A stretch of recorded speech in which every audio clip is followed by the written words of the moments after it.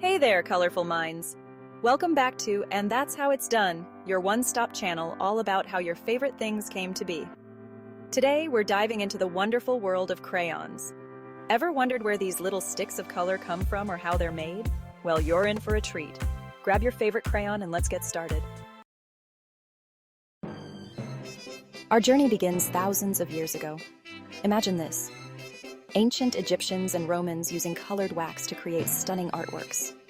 That's right, our beloved crayons have roots that dig deep into history. Fast forward to the 19th century. In 1828, Joseph Lemercier in France started producing crayons using a mixture of charcoal and oil, and later, other colorful pigments. These early versions were mainly used by artists.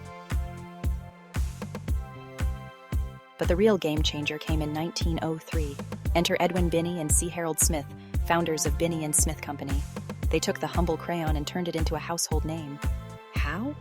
By creating the first box of Crayola crayons.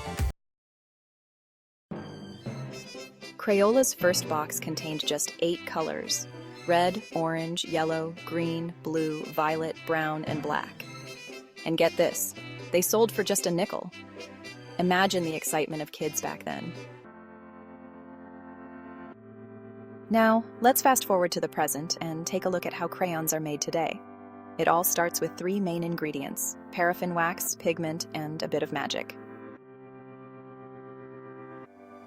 First up, the wax. Paraffin wax is heated until it melts into a smooth, creamy liquid. Think of it as the crayon's foundation. Next, we add the pigments. These are finely ground powders that give each crayon its vibrant color.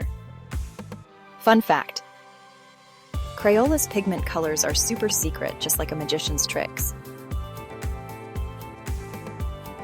The melted wax and pigments are mixed together in giant vats, creating a rainbow of liquid color. It's like a giant pot of colorful soup. Once the colors are mixed, it's time for molding. The liquid is poured into crayon-shaped molds and cooled down.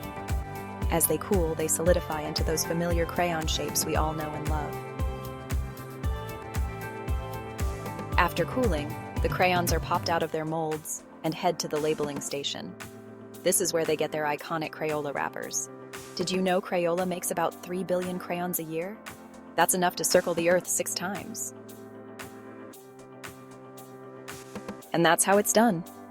From ancient history to modern-day marvels, crayons have come a long way. Next time you pick up a crayon, remember the incredible journey it's been on. Thanks for joining us on this colorful adventure. Don't forget to like, subscribe, and hit that bell icon for more colorful stories. And if you have any questions or topics you want us to cover, drop them in the comments below. Keep creating, keep dreaming, and keep coloring outside the lines. See you next time on And That's How It's Done.